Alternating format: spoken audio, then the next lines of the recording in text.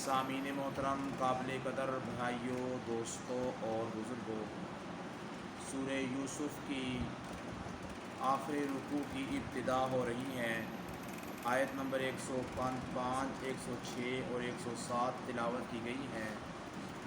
گزشتہ 11 رکوعات میں اللہ رب العزت نے واقعہ یوسف کو اور اس سے ملنے والے نتائج اور اس سے ملنے والے سبق کو انسانیت کے سامنے واضح کیا تھا۔ آج کی زیر درس آیت مبارکہ میں خلاق عالم پروردگار عالم فرما رہے ہیں کہ کتنی ہی ایسی نشانیاں ہیں جن پر لوگ گزرتے ہیں۔ وَكَأَيٍّ مِّنْ آیَةٍ فِي السَّمَاوَاتِ وَالْأَرْضِ، آسمانوں میں اور زمینوں میں، لیکن ان سب کے پاس سے گزرنے کے باوجود، ان کو دیکھنے کے باوجود ان سے اعراض کرتے ہیں۔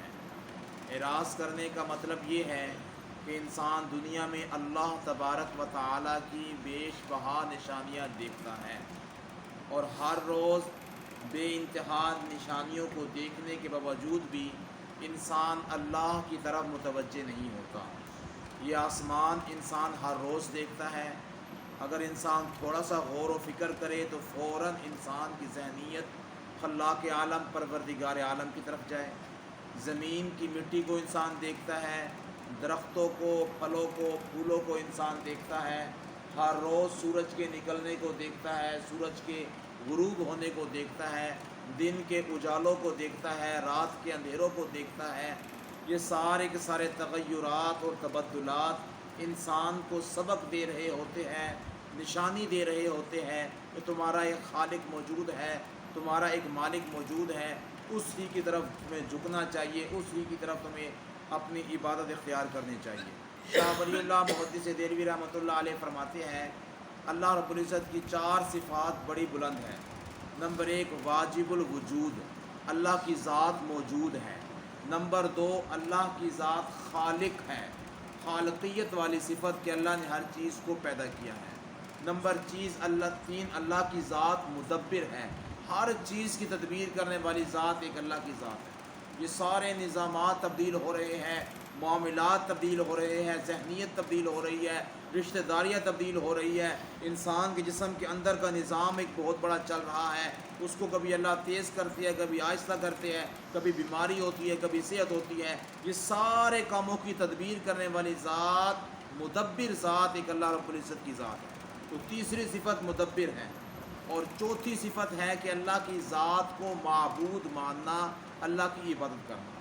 شاہ صاحب فرماتے ہیں کہ اللہ تبارک و تعالیٰ کی پہلی 2 صفات کہ اللہ کی ذات موجود ہے اور اللہ کی ذات خالق ہے، ان 2 صفات کو یہودی بھی مانتے ہیں، عیسائی بھی مانتے ہیں، ہندو بھی مانتے ہیں، سکھ بھی مانتے ہیں، اور ہنود کی بہت ساری اور قسمیں ہیں، وہ سارے مانتے ہیں، سوائے صرف چند دہریوں کے، کمیونسٹ کے، جو ریڈ بک کے قائل ہیں، نیچری ہیں، جو اللہ کے وجود کے قائل نہیں ہیں۔ باقی سارے کے سارے فرقے، باقی سارے کے سارے مذاہب باطلہ اللہ کی ذات کو مانتے بھی ہیں، اللہ کو خالق بھی مانتے ہیں، لیکن اختلاف کس میں ہے؟ یہودیت، عیسائیت کا، ہندو کا، سکھ کا، جتنے بھی فرقے ہیں غیر مذہب، ان سب کا اختلاف اللہ کی ذات کو مدبر نہیں مانتے۔ نمبر 2 اللہ کی ذات کو معبود نہیں مانتے۔ مدبر ہر کام کی تدبیر کرنے والا، وہ اللہ کی ذات کو نہیں مانتے۔ کبھی کہتے ہیں کہ فلاں بت نے بارش برسا دی، کبھی کہتے ہیں فلاں نے حالات اچھے کر دیے، کبھی کہتے ہیں فلاں نے گندم دے دی، فلاں چاول والا ہے، فلاں یہ والا ہے۔ ہر کسی نے اپنے اپنے معبود جو بنا رکھے ہیں، کوئی کسی کے سامنے جھک رہا ہے، کوئی کسی کو چوم رہا ہے، کسی کو چاٹ رہا ہے، کسی کے سامنے لوٹ پوٹ ہو رہا ہے۔ تو یہ ساری کی ساری چیزیں عبادت کے ساتھ تعلق رکھتی ہیں۔ تو فرمایا کہ 2 چیزیں، اللہ کی ذات کو مدبر اعظم ماننا کہ ہر اعتبار سے اللہ کی ذات مدبر ہے۔ نمبر 2 اللہ کو معبود ماننا، عبادت اللہ کے علاوہ کسی کی نہیں ہے، سر کا جھکانا اللہ کے علاوہ کسی کے پاس نہیں ہے، اللہ ہی کی پرستش ہے، اللہ ہی کی عبادت ہے۔ تو ان 2 صفات میں غیر مذاہب نے جو سے اختلاف کیا ہے، جس کی وجہ سے وہ جہنم کے مستحق ٹھہرے ہیں۔ تو بہرحال فرمایا کہ دنیا کے اندر انسان دیکھتے ہیں نشانیاں، انسان کمرے کے اندر بیٹھا ہے، اگر اس میں روشنی ہو جاتی ہے، دھوپ کی کرنیں آ جاتی ہیں، تو انسان سورج کی کرنوں کو دیکھ کر اس بات کے اوپر علامت اور دلیل سمجھ جاتا ہے کہ سورج باہر نکل چکا ہے، اگرچہ وہ سورج کو دیکھ نہیں رہا ہوتا، سمجھ جاتا ہے یہ باہر سورج نکلا ہوا ہے۔ رات کے وقت انسان ٹیوب لائٹیں سیور انرجی سیور نہ جلائے انسان تو انسان دیکھتا ہے اندھیرا ہے. یہ اندھیرا اس بات کی علامت ہوتی ہے کہ باہر رات ہو چکی ہے, سورج جا چکا ہے. جس طرح اندھیرا اور دھوپ اور روشنی یہ ایک چیز کی علامت دیتی ہے, اسی طرح یہ پورا بنا ہوا نظام کائنات اس بات کی علامت دیتا ہے, اس بات کی دلیل اور نشانی دیتا ہے کہ اللہ کی ذات موجود ہے, اللہ کی ذات خالق ہے, اللہ کی ذات تدبیر کرنے والی ذات ہے, اللہ کی ذات وہ ذات ہے جس کے سامنے جھکا جائے. تو یہ ساری کی ساری چیزیں علامت اور دلیل ہے, نشانی ہے وجود باری تعالیٰ پہ, خلاق عالم کی ذات پہ. اس لیے فرمایا کتنے ہی لوگ ایسے ہیں ہماری کتنی نشانیاں دیکھتے ہیں, صبح دیکھتے ہیں, شام دیکھتے ہیں, اپنے اوپر آنے والے حالات و واقعات کو دیکھتے ہیں, کبھی اچھے حالات کبھی برے حالات, کبھی غربت سے امیری کی طرف کبھی امیری سے غربت کی طرف. اللہ کہتے ہیں کتنی نشانیاں دیکھتے ہیں, لیکن اس کے باوجود وہم عنہا معرضون, ہم سے اعراض کرتے ہیں, اللہ کی ذات سے اعراض کر کے دوسری طرف راستہ گزارتے ہیں. فرمایا وما یؤمن اکثرهم باللہ الا وهم مشرکون, اکثر لوگ ان لوگوں میں سے ایسے ہیں جو اللہ کی ذات کے ساتھ شرک ٹھہراتے ہیں, شرک کرتے ہیں. اللہ کے نبی صلی اللہ علیہ وسلم نے فرمایا مجھے تم پر سب سے زیادہ خوف شرک اصغر کا ہے. یہ نہیں کہا کہ سب سے زیادہ خوف تمہارے پاس مال نہیں ہوگا, دولت نہیں ہوگی, غیر اقوام کی طرح تم ترقی نہیں کرو گے, یہ بات نہیں کی. سب سے زیادہ خوف مجھے تم پر شرک اصغر کا ہے. اور فرمایا شرک اصغر کیا ہے؟ حضور اکرم صلی اللہ علیہ وسلم نے ایک اپنی حدیث میں فرما دیا من صلی یرائی فقد اشرک, جس نے دکھاوے کے لیے نماز پڑھی اس نے شرک کیا. من تصدق یرائی فقد اشرک, جس نے دکھاوے کے لیے اس نے کچھ دیا لوگوں کو تو اس نے گویا کہ صدقہ شرک کر دیا. اس نے دکھاوے کے لیے روزہ رکھا اس نے شرک کر دیا. تو غیر اللہ کے لیے عبادت کرنا صرف ان کو دکھانے کے لیے, عبادت اللہ کے لیے ہو رہی ہے لیکن دکھاوا لوگوں کے سامنے آ گیا, تھوڑا سا دکھاوا آ گیا کہ اللہ تعالیٰ تو دیکھ ہی رہے ہیں, تو لوگ مجھے نیک سمجھنے لگ جائیں گے, لوگ مجھے دیندار سمجھنے لگ جائیں گے. تو یہ دکھاوا ایک ایسی چیز ہے جس کو اللہ کے نبی صلی اللہ علیہ وسلم نے شرک قرار دیا ہے, شرک اصغر.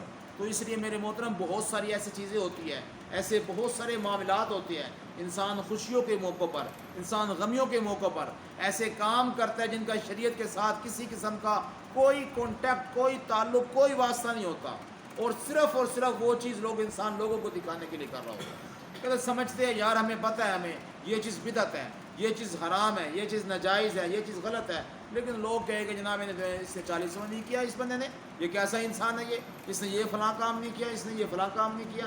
تو بہت ساری ایسی چیزیں ہیں کہ جن کو ہم عبادت کے طور پہ تو کر رہے ہوتے ہیں لیکن ان کے اندر ایسی ریاکاری آ جاتی ہے لوگوں کو صرف دکھانے کے لیے, وہ چیز ہی لوگوں کے دکھاوے کے لیے بن جاتی ہے. تو فرمایا افامنو, کیا لوگوں کو کیا ہو گیا ہے, کیا اس بات سے بے خوف ہو گئے ہیں, بالکل معمون ہو گئے, بے نڈر ہو گئے بالکل ہی.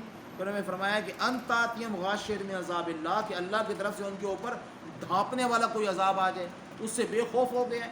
اس ڈھانپنے والے عذاب سے مراد مفسرین نے موت لکھا ہے, موت لکھا ہے کہ وہ موت آ جائے انسان کے اوپر, انسان بالکل بے خوف ہو چکا ہے, بالکل معمون ہو چکا ہے کہ میں نے مرنا ہی نہیں ہے, میں نے ہمیشہ دنیا میں رہنا ہے. بچہ ہے, بوڑھا ہے, مرد ہے, عورت ہے, جوان ہے, ہر انسان ایسی زندگی گزارے. فرمایا ایسی زندگی مت گزارو, ایسے زندگی مت گزارو. موت کا کسی کو کسی ٹائم نہیں پتا کہ جوانی ہے, بڑھاپا ہے, کون سا وقت ہوگا, وہ کون سا لمحہ و لحظہ ہوگا کہ اللہ تبارک و تعالیٰ مجھے اور آپ کو اپنے پاس بلا لے. تو بہرحال فرمایا کہ غاشیۃ من عذاب, اللہ کے عذاب جو ڈھانپنے والا ہے اس سے بے خوف ہو گئے ہیں. اور دوسرا قول مفسرین نے یہ فرمایا غاشیۃ من عذاب اللہ سے مراد قیامت ہے, کہ قیامت سے بے خوف ہو چکے ہیں. اور مان لے کہ ان دونوں باتوں میں کوئی تضاد نہیں ہے, اس لیے کہ حضور نے فرمایا صلی اللہ علیہ وسلم نے کہ من مات فقد قامت القیامہ, جو مر گیا اس کی تو قیامت ہی قائم ہو گئی, جو مر گیا اس کی تو قیامت ہی قائم ہو گئی, اس کی تو اگلے کاغذات, اگلے دفتر کھل گئے. اچھائی اور برائی جو اس نے کی تھی وہ اس کے سامنے آ گیا. جس وقت موت کا فرشتے نے آنکھ کندھے پہ ہاتھ رکھا اسی وقت پتہ لگ گیا کہ میں جنتی ہوں یا جہنمی ہوں, میں کامیاب ہوں ناکام ہوں, میں دنیا میں اچھی زندگی گزار کے گیا ہوں یا بری زندگی گزار گیا ہوں, میں اللہ کے ہاں محبوب ہوں یا اللہ کے ہاں مطرود اور مردود ہوں.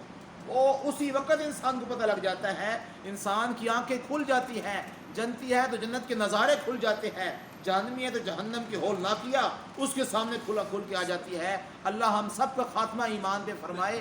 اللہ تبارک و تعالی مجھے اور آپ کو، ہم سب کو ایسے اعمال میں لگنے کی توفیق عطا فرما دے کہ موت کا فرشتہ ہمارے کندھے پر ہاتھ رکھنے کی دیر ہو، جنت کے نظارے ہم سب کے سامنے کھل جائے۔ اللہ تعالی ہمیں ایمان اور اعمال والی موت عطا فرمائے۔ فرمایا کہ غاشیت من عذاب اللہ، کہ اللہ کی طرف سے کوئی ڈھانپنے والا عذاب آ جائے، او تاتیہ الساعۃ بغتہ، یا اچانک تمہارے اوپر قیامت کا جھٹکا آ جائے، اور قیامت آئے گی، انسان، اللہ کے نبی نے فرمایا سارے ایسے ہی کام کر رہے ہوگے جیسے عام روٹین میں کام کر رہے ہوتے ہیں، وَهُمْ لَا يَشْعُرُونَ، اور فرمایا تمہارے اوپر اتنا بڑا جھٹکا آ جائے اور تمہیں اس بات کا شعور تک نہ ہو، اور موت کے وقت جب غرغرے کی حالت ہوتی ہے اس وقت بھی توبہ کا دروازہ بند ہو جاتا ہے، اور جب قیامت کا جھٹکا آئے گا اس وقت بھی توبہ کا دروازہ بند ہو جائے گا۔ اللہ تبارک و تعالی مجھے اور آپ کو قرآن مجید کی آیات مبارکہ سے نصیحت اور عبرت حاصل کرنے کی توفیق عطا فرمائے۔ وآخر دعوانا الحمد للہ رب العالمین۔